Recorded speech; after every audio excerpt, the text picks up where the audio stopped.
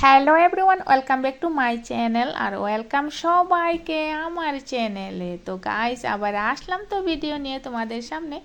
তো আজকের ভিডিওটি হচ্ছে হেয়ার স্পা। প্রোডাক্টটি হচ্ছে আমার প্রোডাক্ট আজকে লিলিয়াম ক্যারোটিন হেয়ার স্পা।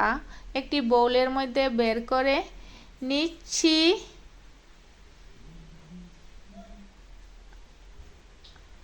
আর সাথে কনসেন্ট্রেট মিশিয়ে নিচ্ছি পরিমাণ অনুযায়ী।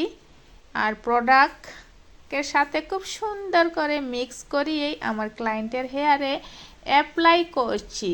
তো অল্প অল্প করে হেয়ার নিয়ে সমস্ত হেয়ারের মধ্যে প্রোডাক্টটি লিলিয়াম ক্যারোটিন হেয়ার স্পা প্রোডাক্টটি অ্যাপ্লাই করছি।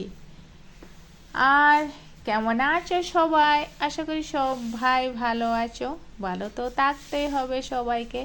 তো ভালো থাকো, সুস্থ থাকো, আর অনেক অনেক অনেক খুশি থাকো সবাই সাথে। আমিও অনেক ভালো আছি। আর ভালো আছি বলেই আজকের কাজটি হেয়ার স্পার কাজটি শেয়ার করতে পারছি তোমাদেরকে। তো এই তো এবার apply complete, product apply complete. এবার স্টিমার মেশিনে স্টিমার দিচ্ছি আমার ক্লায়েন্টকে। তো এবার